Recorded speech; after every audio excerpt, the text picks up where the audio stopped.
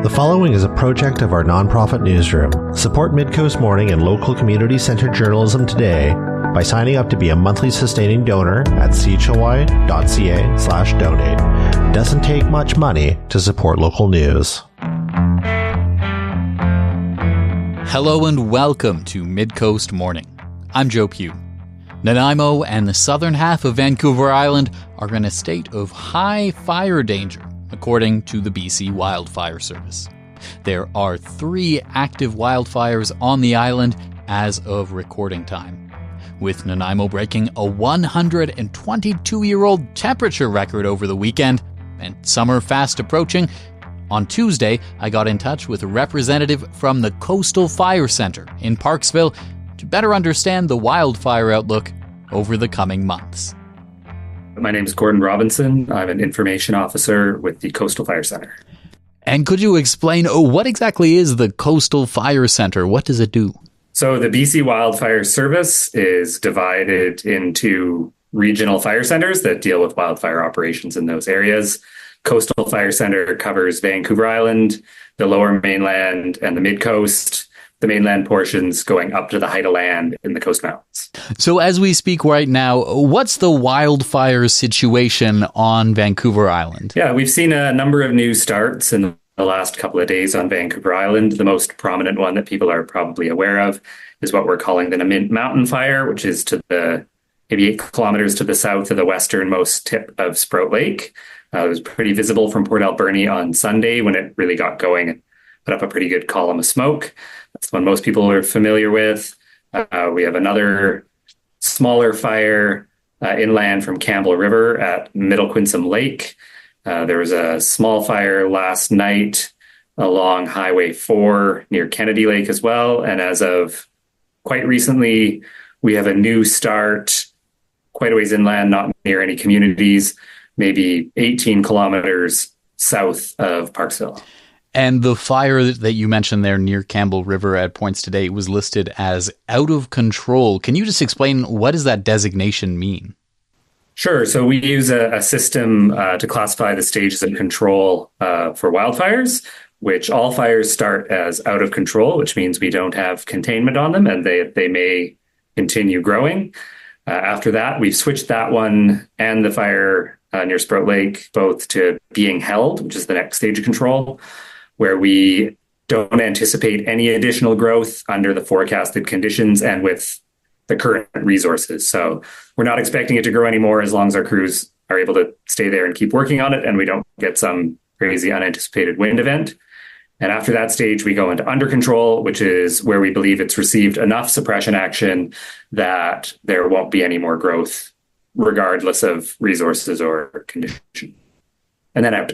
Just kind of self-explanatory. And there are different classifications for any fires that are underway. There are also different classifications for the risk level in different areas of the province and Vancouver Island. Most of the southern half of the island is listed right now as being at high fire danger. And there are parts around Nanaimo, just south of Nanaimo, including the area of Cedar and Ladysmith, that is listed as being in extreme fire danger, the highest level that there is on the chart. Could you give me some context around what that means? Sure. So we use a variety of indicators that feed into what we call the fire danger rating. So that includes things like, talk about the moisture in the fine fuels. So that's like leaf litter on the forest floor and grasses. Talk about the level of moisture in the duff, which is the organic layer of topsoil. We look at things like we talk about the initial spread index, which is how fast a fire would be expected to grow once it got going. And all of those together feed into what we call the fire danger rating, which, as you pointed out, is in the South Island is generally high, in the Mid and North Island generally moderate, but there are a couple of pockets that are kind of higher than the surrounding area. And that sort of southern end of Nanaimo, Cedar, North Oyster area is in extreme. We have another little pocket kind of north of Port Alberni that's high in an otherwise kind of moderate area. And those are based on the locations of our weather stations that are feeding in that data. And just the kind of unique circumstances in those areas, like an area that has rain shadow is going to dry out faster than an area that gets more moisture, or an area that's really prone to wind. You'll get more drying in a high wind environment than in a low wind environment. So you can get kind of little pockets that are higher or lower. It can change pretty frequently and pretty rapidly. We're expecting a bit of a trough to start developing tomorrow through Thursday, which will definitely bring cooler temperatures, more humidity, probably some showers in areas. So we'll see some of those tick down a little bit, but we're not expecting like a major rain event. So it'll be a fairly temporary reduction. We might see things drop down by one level for a while. But if we end up in a drying pattern again after that, things will keep ticking back up. So what do people living in and around any of the zones that are classified right now as extreme fire danger or even high fire danger, what do people need to know about that? What does that mean for people going about their day-to-day lives? Yeah, anyone who's using open fire or a tool that has the possibility to start fire should exercise extreme caution. There are rules around high risk, what we consider like high risk industrial activities, where there are limitations on what activities you can do based on how long the area you're in has been at a higher extreme fire danger rating. But that's mainly for industrial activities, for just normal people going about their lives. Even if we're not in a campfire ban, if you're in an area where the conditions are more volatile, maybe a really windy day and it's been hot and dry, like people to think twice about using anything that has the ability to start a fire. Like consider where, if you're going to have a campfire, consider where you're going to do it, or if it's the good day and good conditions for that. If you're going to be running a chainsaw or a grinding tool or something that has the ability to create sparks, make sure you're ready, or consider if that's necessary at the time. And if you are doing that and you're abiding by the wildfire regulation, make sure you have water and a shovel ready and that you're keeping watch on the area you've been working for a while afterwards to make sure there isn't a delayed start.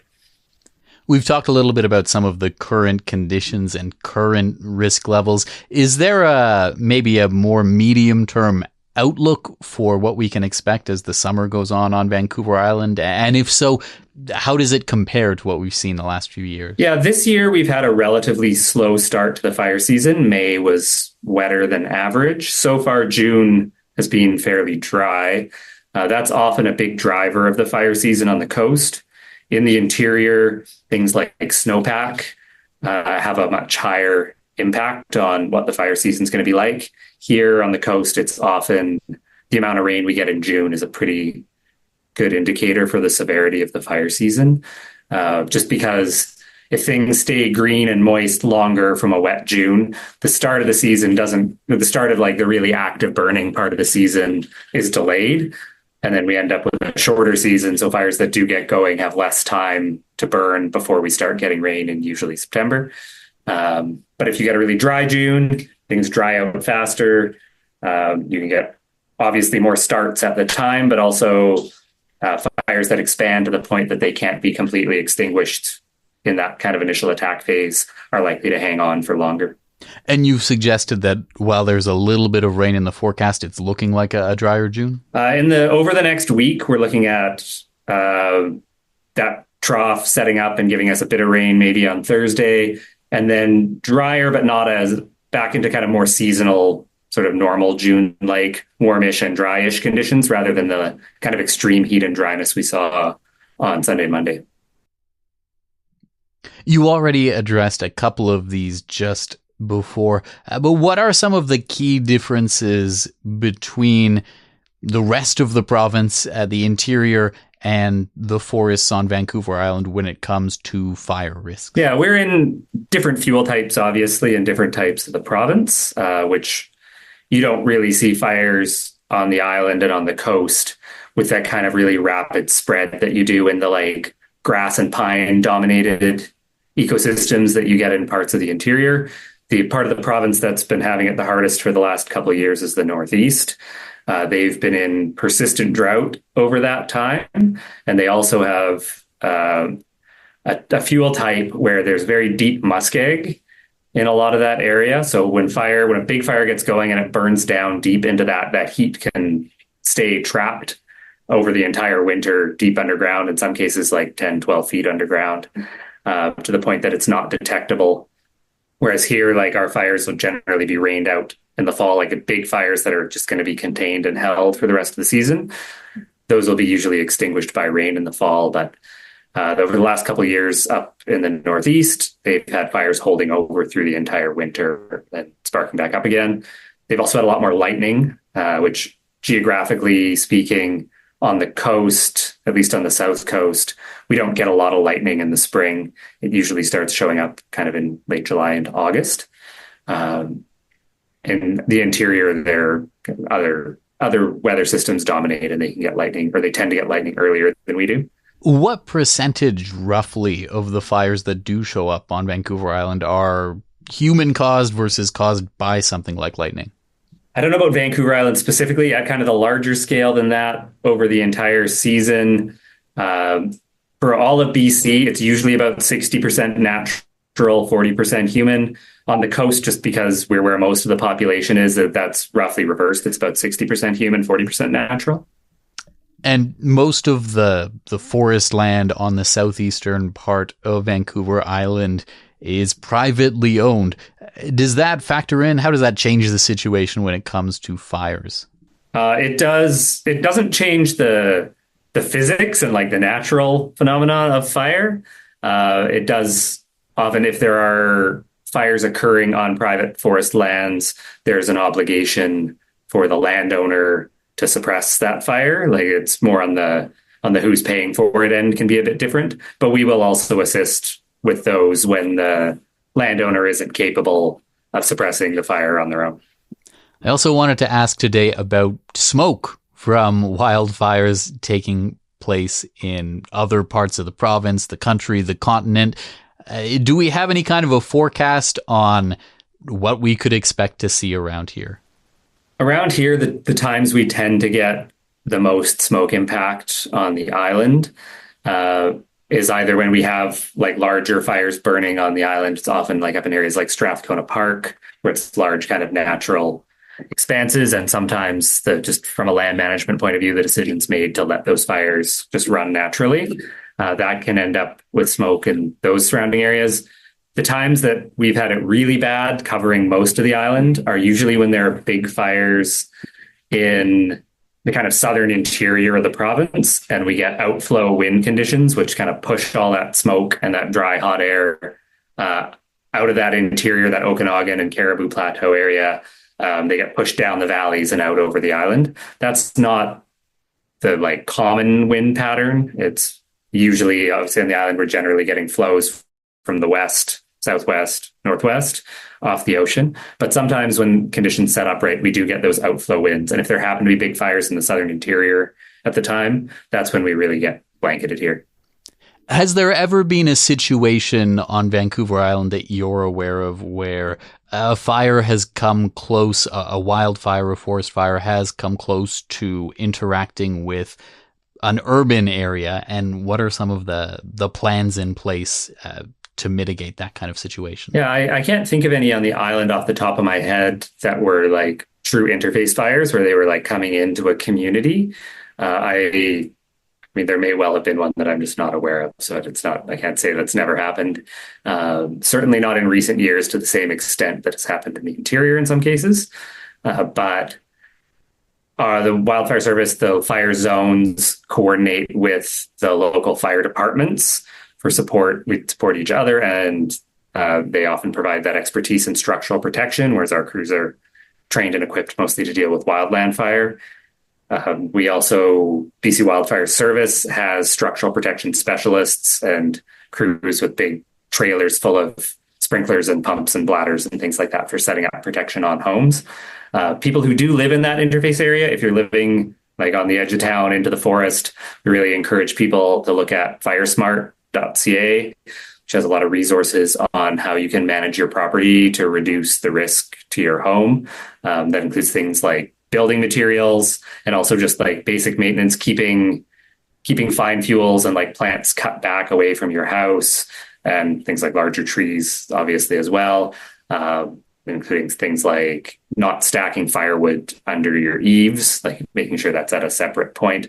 It's often, I've been on fires where it's really obvious after the fires come through which homes had done that sort of work and which ones hadn't. Like the difference it makes. Houses aren't usually ignited by like a flame front burning right up to the house and catching on it. It's much more often sparks or embers cast ahead of the fire on the wind, landing on the roof. If there's gutters full of dry leaves and a flammable roofing material, that's how some homes end up catching fire. And that's the sort of thing that can be mitigated pretty easily if people have the information and put in a bit of work around their homes to reduce that risk. Is there anything else you think it's important for people to know about the upcoming, if it's fair to say, fire season on Vancouver? I think I've kind of touched on it already, but we really do appreciate the reporting. And I just want to encourage people to just use your common sense when you're out there with anything that has the potential to start fire. It doesn't take a lot when conditions get really dry. A hot manifold or exhaust on an off-road vehicle, if you're parking on dry grass, can be enough to do it. Or a spark thrown by a tool that would normally just sputter out when things get really dry. Might sit there without you noticing for a while, and then the wind and the sun get on it and it'll fan up into a fire. So just encourage everybody to be careful out there and use your common sense. Gordon Robinson is an information officer with the Coastal Fire Centre in Parksville. Midcoast Morning is made possible by the Community Radio Fund of Canada and generous listeners like you. Support and grow our nonprofit newsroom project today at chly.ca/donate with a monthly or one-time donation. With your support, we can expand Midcoast Morning from 2 to 3 original programs per week to cover local news, current affairs, and arts and culture. On today's program, we're speaking about the wildfire outlook for our region. Almost 1.5 million acres of land on the southern part of Vancouver Island is privately owned. Those lands are overseen by Mosaic Forest Management. Last month, Mosaic released a 2025 wildfire mitigation strategy. I reached out to the company to speak about its plans to address wildfire risks on the lands that it manages. My name is Steve Mjaaland. I work for Mosaic Forest Management, and my title is Manager of Forest Protection. What that entails is most likely 3 roles. So I look after wildfire protection for all of Mosaic's lands except for their TFL, so all of their private lands. I look after security for Mosaic, and then I'm part of a larger group for access. So we have an access team, so all the different various recreational type groups that apply for access, I review it with the committee, and some access agreements I take on myself and work with, and others I don't. So that's who I am, and that's what I do here. How do those 3 things fit together and interact with each other? So we're here today to talk about wildfire preparedness and response. What's the impact of those other 2 things on that? Yeah, so I mean, they do work, all 3 of them, hand in hand, I believe, because a lot of our, I'm going to say, fire wardens, or we have teams for each unit. So we have a fire protection team, we have a security team, and access agreements that also help us with forest protection, overall forest protection. So I can get into that a little later. But for example, our fire wardens will do aerial patrols. They may see on the ground some unauthorized camping, where they would relay that information down to on-the-ground security, where our security guards would go and investigate and maybe look after that situation on the ground. So, and a lot of our fire wardens are also licensed security guards as well. So when we need to have, say, folks on standby, like fire wardens, they can also perform security duties as well. So a lot of similar type roles that the people that work under my team can take on. How is the situation different on private land that Mosaic manages than it would be on any other forests in the province when it comes to monitoring and responding to potential wildfires? Well, we have what's different is with private landowners, you can technically hire the BC Wildfire Service under what's known as a wildfire response agreement. So we know that the BC Wildfire Service are fighting fire. And so that's what they do. And they own the fire, they own the airspace. And then we come to the table with some of our own equipment that would be part of that agreement. So you could look at it as a tool that a private landowner has in amongst other things. So we do our own fire preparedness and prevention still when resources get stretched thin. So, compared to, say, Crown, like a TFL holder, our private land holdings, our workers, would have our own crews available for fighting fire. We have our own equipment as well for fighting fire. So that would be the biggest difference between, say, Crown land and private landowners. And for us here in British Columbia, we would be probably the biggest agreement holder with the BC Wildfire Service. So I'm going to say our relationship with them is a little different than others because of what we bring to the table as well. And what I mean by that is, we are experts in heavy equipment, for example. We know how to build fire guards and roads, and we have the expertise in that regard. So we bring to the table local knowledge.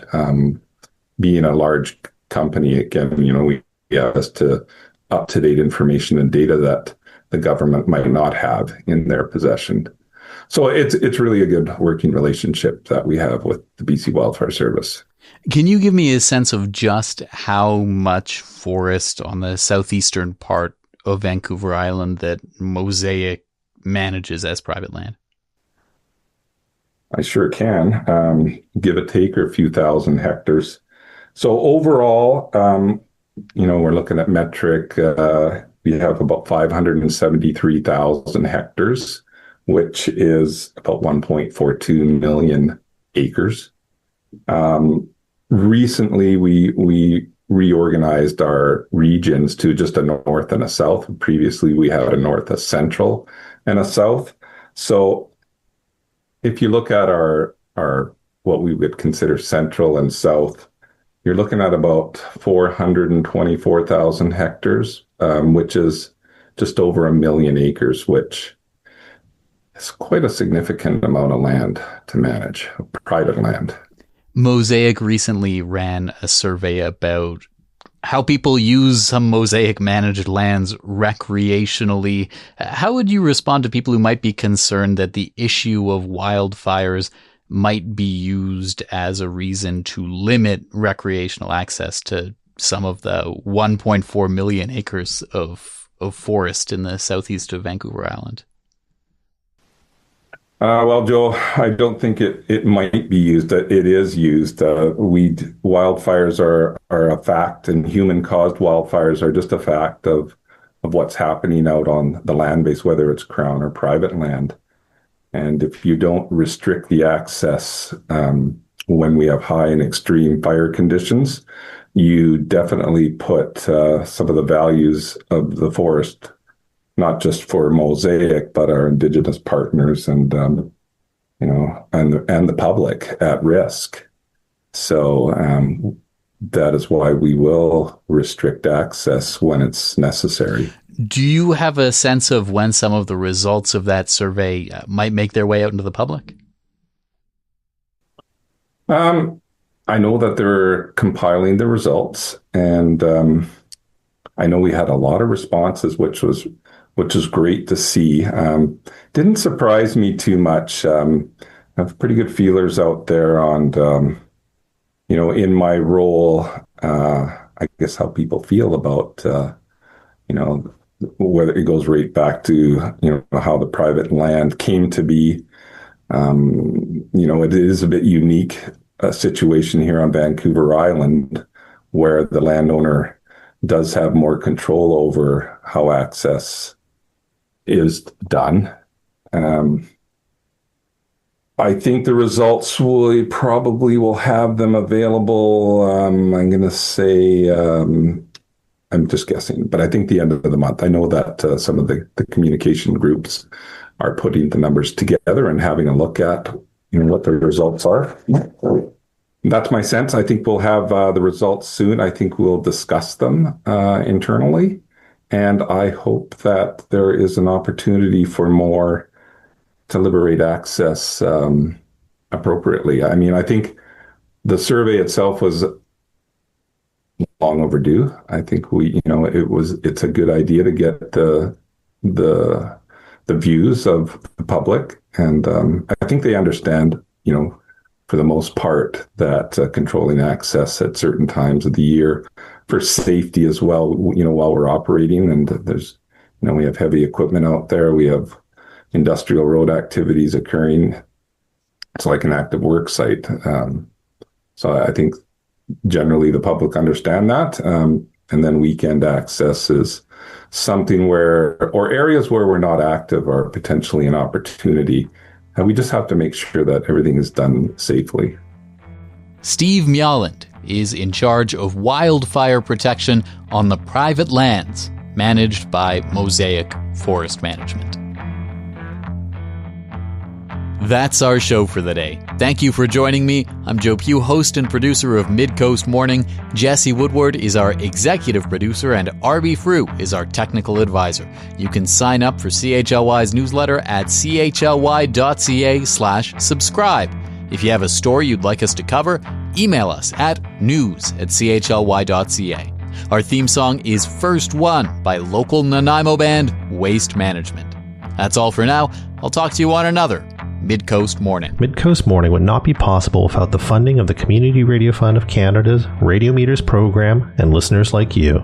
Midcoast Morning is a project of CHLY's nonprofit newsroom. Support nonprofit journalism in Nanaimo and on the Salish Sea today by becoming a monthly sustaining donor at $5 or more per month. Support the program at chly.ca/donate. If you're already a supporter, record a voice memo telling others where you're listening from and why they too should support our work. After you're done, you can email it to us. Also, share the podcast with your friends. While Meta is blocking Canadian users from sharing news content on their Facebook feeds, you can still share our podcast directly with your friends via Facebook or Instagram Messenger. Finally, this program acknowledges and gives thanks to the Snuneymuxw First Nation as we broadcast and podcast from their traditional territory. Thanks for listening.